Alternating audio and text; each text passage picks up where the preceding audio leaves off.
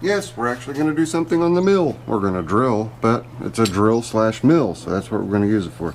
Got my parallels here, and we're going to set this piece of plate steel, which is 2 1/4, I believe, is what I measured it at. 2 1/4 or 2 1/2. 2 1/2 inches long by, let's see what we have here for a length, nominal length 6 inches in length. And this is going to take the place of the broken and wore out pivot point for the axle. So we're going to put a 2-inch hole in here, and the axle itself will mount in this. And the way I'm going to mount it is with plug welds, and I'll show you guys the plug welds. They're not going to be beautiful. I'm here to tell you it's a Harbor Freight welder, so full disclosure, it's not going to be pretty, but it will get done, and it will resolve the majority of the problems that we're having with the steering on the Cub Cadet. So I'm going to go ahead and get it set up. I've also got to lay out and mark my center here so that I can get, I'm going to center drill it with a small bit over on the drill press first, and then we'll use the 2-inch hole saw. It's a Lennox. You can see there, it's a Lennox, brand new. It is a bimetal, and it is also 4 metal. So picked up that sucker just for this job. I'm sure I'll find other uses for it, but that's 20 bucks right there for one little 2-inch hole saw. But we need to have a 2-inch hole in here, and I had one of those fly cutters that would come around and do it, but I thought, right tool for the job, right? So I went out yesterday and picked that up.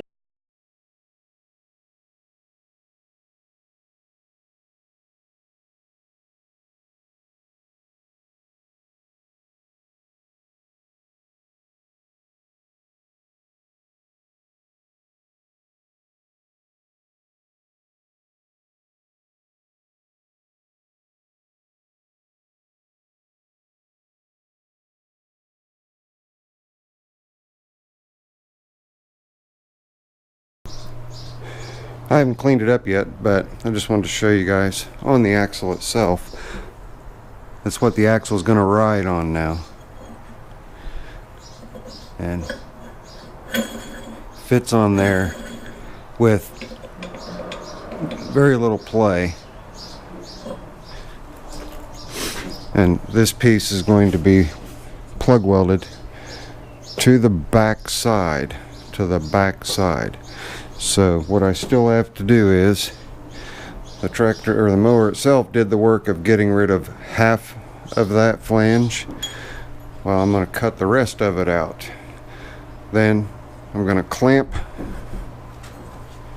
this to the back side thusly, and when I get that clamp to the back side, I'll then take my 1/2-inch drill and I will drill probably 3 spots on each side, 1 2 3 1 2 3, so that I can plug weld, just weld inside the holes that I drill, that it's going to go clean through this material and partially into this material.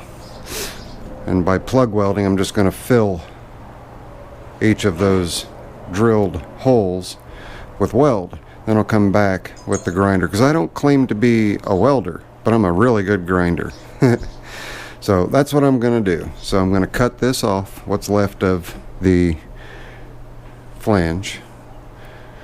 I'm going to cut it off and then grind the back flat, make sure I don't have a lip, because I have a little bit of a lip up here. Grind that so I can get that plate nice and flat up against the back side. Drill it, plug weld it. So that's what you guys are going to see when I get that done. So hang on. Alright gang, well, I'm pretty proud of that weld, considering it's with a Harbor Freight. Not much slag. And what I'm going to do now is just take this carbide die grinder, go in and just clean the weld to make sure that my axle fits. And once I get that cleaned, I'll just take my angle grinder here, just smooth the face off. Then I'm going to go drill, drill, drill, drill, drill, drill, and plug weld those 6 holes, and that should last a good long while. overall we have roughly 11 gauge steel plus the 1/4 inch plates. We have 3/8 inch of steel there that's going to have to go through, and I'm going to grease it up and slather it up real good. Same thing with these two pivot points here and here, and it's kind of protruding a little bit. It's not exactly flat, so I'm going to flatten that out as best I can. I got most of the whoopses out of it that it had from the impact, but we're getting there. So that's where we're at right now. The plate steel is in. It is welded all the way around. I started by just tack welding with my can't twist clamps, holding everything together, and then after tack welding in a couple spots, and I just started filling in between the tacks. That's why it doesn't look like one continuous weld. But I'll tell you, for the Harbor Freight welder, those welds, they could look better, but I don't think that's bad at all. It's going to get the job done. So we'll see you after we get these 6 holes done. Later. Here's a little look before I clean the flashing off. Noise alert.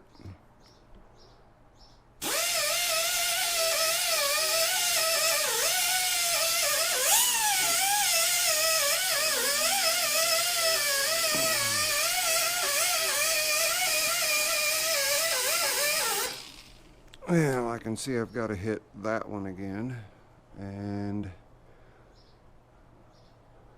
that one. I'll hit those 2 again.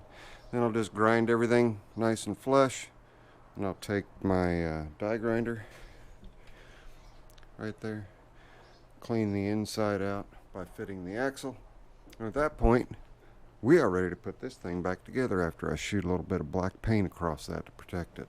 Just around here, not inside there, not over here. That's all going to get slathered with grease. Stay tuned. Alright, don't have much memory stick or battery left. We've got everything all smoothed out here, so we're ready to put the axle back on. Now all that's left is for me to clean the inside diameter out here a little bit using the die grinder. Very last step. After that step's done, it's all going back together. Got plug here, plug weld here, and a plug weld here, and then a plug weld right there, which you really almost can't see. Plug weld there, and plug weld right there. So everything came together really nice. Everything welded together really nice. Just a tiny bit of porosity right there. I don't think it's going to cause an issue. So I'm going to finish up the grinding, get her put back together, and call this one done. Stay tuned for that. Alright, we've got her all ground up the way we need her ground, and I've got the axle up here. Let's take this thing down here and let's set it into place and see what we got. And threw a coat of paint on there too. I haven't added the grease yet. That's what we want. Nice tight fit. Got her. Okay.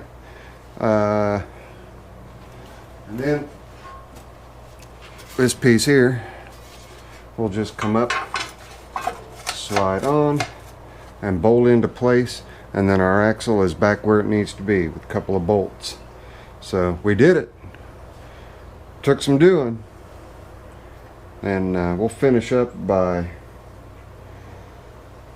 I've already added the new bushings. I don't know if you can see it down here on the steering linkages. There, maybe you can see it now. New bushings here. I've taken care of everything else up underneath, so all I should have to do is just reassemble, give it a little bit of an alignment using the little adjustable knuckles on the ends of the steering rods, the drag links, and or whatever you want to call those pieces that make it steer. But let's get it buttoned back up. I'm not going to worry about throwing the hood and all that stuff on yet. I just want to make sure this thing's going to steer a lot tighter and steer the way it's supposed to without the wheels just going crazy on us again. So stay tuned. Alright gang, I've already made one pass and I thought I was recording, but I wasn't. But let's test this steering out, shall we? Choke.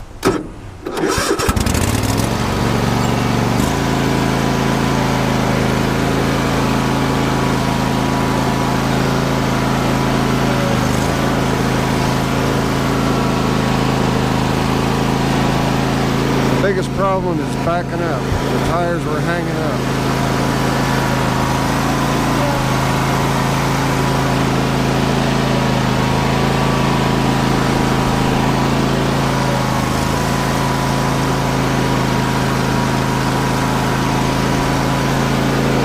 Golden. Catch y'all on the next one.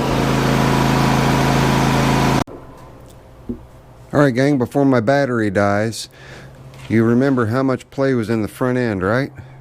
Let's grab a hold of this and see how it is now.